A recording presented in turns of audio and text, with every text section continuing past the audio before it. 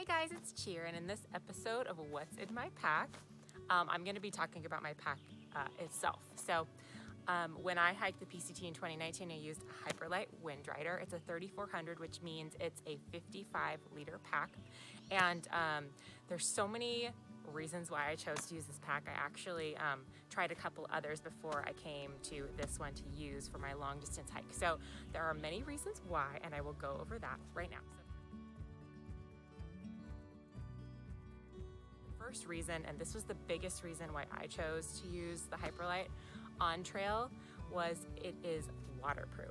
So this was really important when I was hiking in 2019 because it was a really wet year on the 2019, really snowy and very rainy. There was hail and everything. So it was really nice because I didn't have to stop and get out a pack cover to make my pack waterproof every single time it started raining. So it really saved me a lot of time because I could just hike on into the rain and not have to spend time and put my pack down and get it all waterproof. So that's the first thing that I really loved about this pack.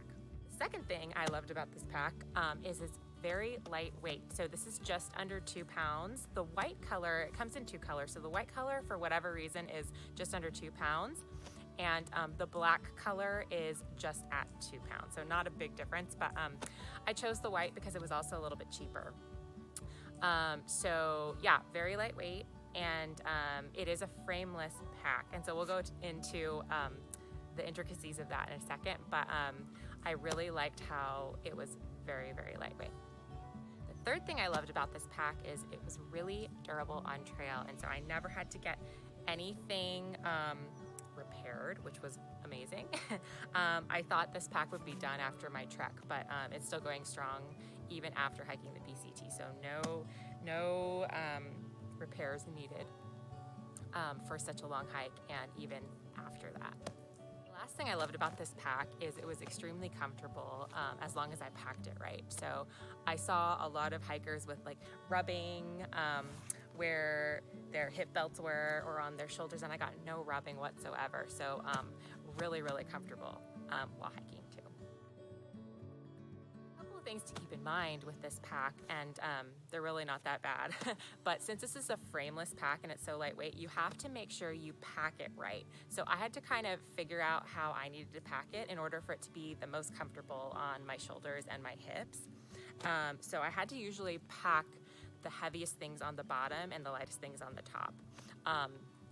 So that's something to keep in mind when, if and when you decide to go with this pack. The Hyperlite is also a little bit more pricey than its heavier counterparts, but this was something that I used every single day, very heavy use, and so this was one of the pieces of gear that I decided to splurge on. So you can, I chose to save in different areas like clothing, so I could afford this pack, and it was well worth it. I recommend it if you're able to do that. Last thing to keep in mind is the color. So you can see the color of my pack is not bright white anymore. It started out bright white, but now it is definitely kind of like a dingy dirt color. So at first I was a little worried about that, but on trail it kind of becomes like a badge of honor, if you will, if your pack is totally brown. So you could clean it. I haven't cleaned it yet, obviously. I don't know if I will. But just know that if you get the white color, it will probably not be bright white for very long if you're using it heavily. So there we are. 10 out of 10 recommend the Hyperlite pack. Mine is still going strong after such a long trek, and I know I'll be able to use it for years to come.